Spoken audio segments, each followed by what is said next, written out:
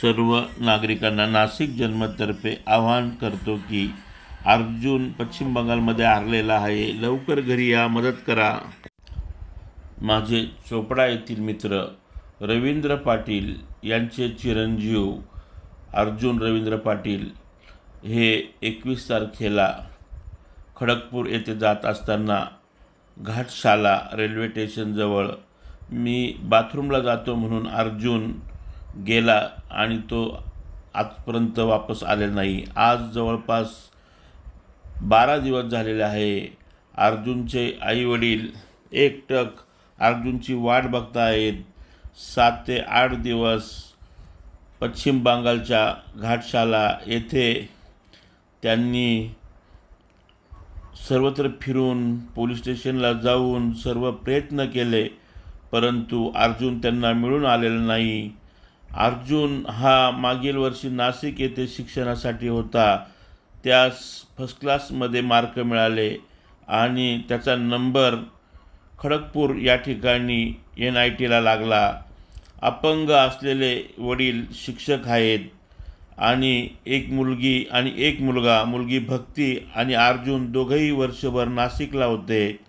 यावेळेस ते माझ्या रूममध्ये राहत होते। अगदी मी लक्ष देऊन त्यांच्याकडे बघितले आणि मला त्यांनी 15 दिवसापूर्वी सांगितलं होतं की दादा, माझं तुमच्या रूममध्ये राहिले, तुम्ही वडिलांसारखं लक्ष दिलं आणि आज त्याला फर्स्ट क्लासमध्ये तो पास झालेला आहे, त्याचा नंबर NITला खडगपूर येथे लागलेला आहे।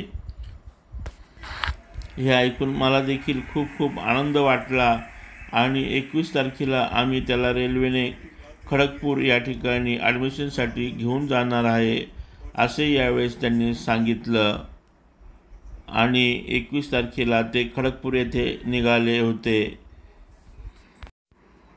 प्रवास अगदी आनंदाने चालू होता। लवकरच खडगपूर येणार होते, परंतु त्या अगोदरच अर्जुन बाथरूमला गेला आणि तो परत आला नाही।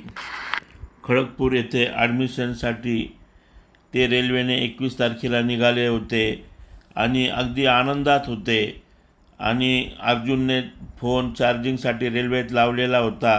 ह्या प्रवासामध्ये तो 2दा बाथरूमला देखील जाऊन आला होता आणि तिसऱ्या वेळेस त्याने सांगितले की पप्पा आणि मम्मी, मी जाऊन येतो बाथरूमला, आणि तो गेला, तो परत आलाच नाही।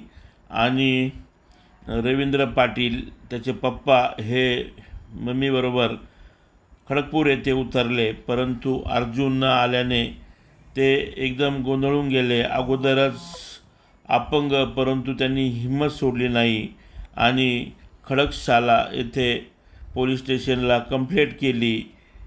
यानंतर खडकशाला या ठिकाणी CCTV फुटेज तपासले गेले। यामध्ये बघा, समोरून अर्जुन चौकटी शर्ट व काळी पॅन्ट घातलेला हा समोर आलेला आहे। या माणसाच्या मागे मशीनजवळ उभा राहिलेला आहे आणि परत पुन्हा जातोय। 21 तारखेला तो मिळून आलेला आहे, बघा परत रिटर्न चाललेला आहे आणि नंतर CCTV फुटेजमध्ये दिसून आलेला नाही।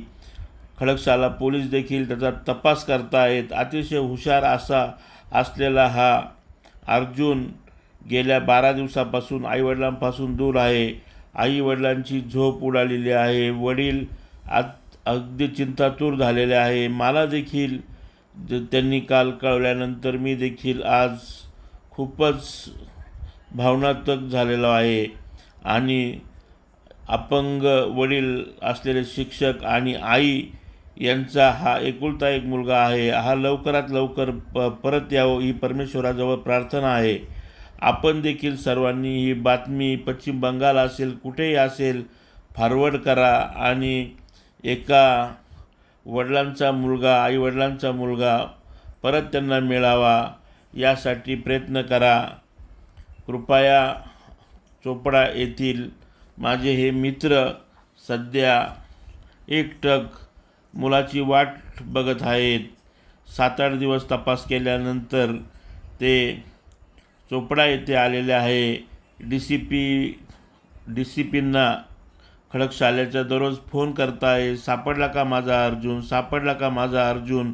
आईचं सारखं लक्ष लागलेलं आहे, आई जेवण करत नाही आहे, बहीण जेवण करत नाही आहे। कृपया अर्जुन तू कुठे असेल तिथून निघू नये. अर्जुनजवळ सध्या फोन नाही आहे, खिशात पाकिट नाही आहे, फक्त अंगावरचा एक ड्रेस आहे. सर्वांनी प्रयत्न करावे. सध्या अनेक शंका मनामध्ये येत आहे. कृपया यामध्ये मुख्यमंत्री, उपमुख्यमंत्री तसेच नाशिकचे होणारे लाडके पालकमंत्री गिरीश महाजन सर सर्वांनी लक्ष द्यावे व कृपया पश्चिम बंगाल या ठिकाणी संपर्क साधून अर्जुनला वापस आणावे ही नाशिक जनमततर्फे विनंती आहे. सर्वांनीच प्रयत्न करावे. अर्जुन लवकर घरी येईल अशी आपण आशा धरूया आणि अर्जुन नक्की येणारच. नाशिक जन्मसाठी चंद्रकांत धात्रक.